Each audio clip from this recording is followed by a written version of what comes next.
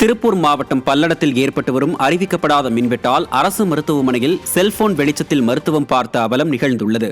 பல்லடம் அரசு தாலுகா மருத்துவமனைக்கு நாள்தோறும் 100க்கும் மேற்பட்ட வெளி மற்றும் உள் நோயாளிகள் சிகிச்சைக்காக வருவது வழக்கம்.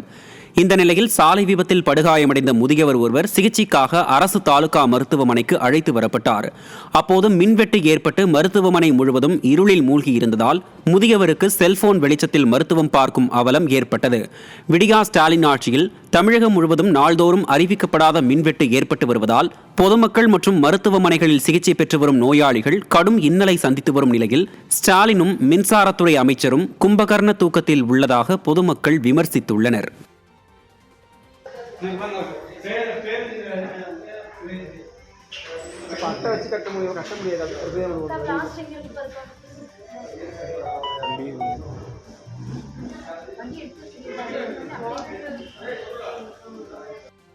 கள்ளக்குறிச்சியில் முன்னாள் திமுக எம்எல்ஏ பாசன வாய்க்காலை ஆக்கிரமித்து கட்டியிருந்த 26 கடைகள் இடித்து அகற்றும் பணி நடந்ததால் பரபரப்பு ஏற்பட்டது. கச்சிராயபாளையம் சாலையில் திமுக முன்னாள் சட்டமன்ற உறுப்பினர் கேசவலு என்பவர் பொதுப்பணித்துறைக்கு சொந்தமான பாசன வாய்க்காலை ஆக்கிரமித்து கட்டிடங்களை கட்டியிருந்தார்.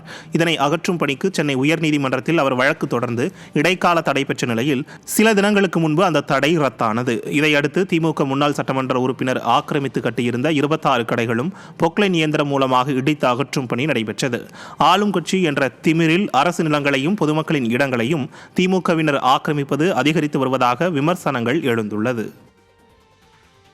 டாஸ்மாகில் பாட்டிலுக்கு 10 ரூபாய் அதிகம் வாங்கி கல்லா கட்டும் கரூர் தியாகியின் புகழ் உலகமெங்கும் பரவி ஸ்டாலின் மாடலின் மானம் சந்தி சிரித்துக் கொண்டிருக்கிறது.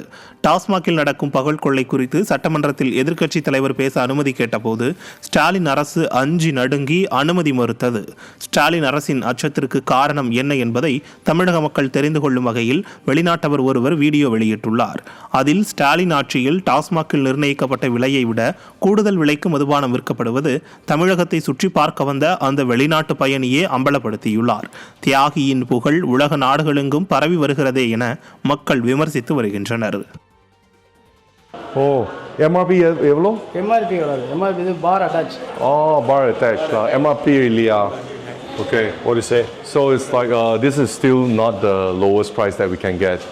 So in India, when we get the lowest price, it's called like MRP. One of the lowest price, like maximum retail price. But here they sell like slightly over that price. Okay.